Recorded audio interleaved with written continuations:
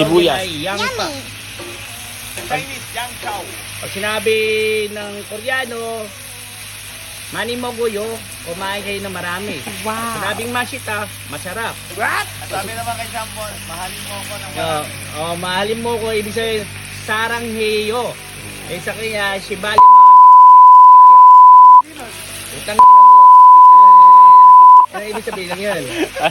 Parang ano, minahal mo tapos di ka pinaglaban. Nga, binahal mo. I give my best, but my best was not good enough.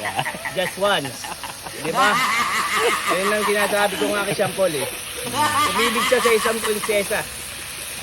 Pero isa yung hindi siya nararapat at nababagay. Ano yan, yung pagitan, yan ba yung pagitan langit at lupa? Langit at lupa, mga taong pariwara, mga taong sumasamba sa piso, doon ka nababagay! Yun ang sinasabi. Oo. Yun ang bagay sa'yo. Ayan, lakas mo. Oo. So, okay guys, ready to eat up po to. Pulutan na. Tara, kain na. Mga antila na.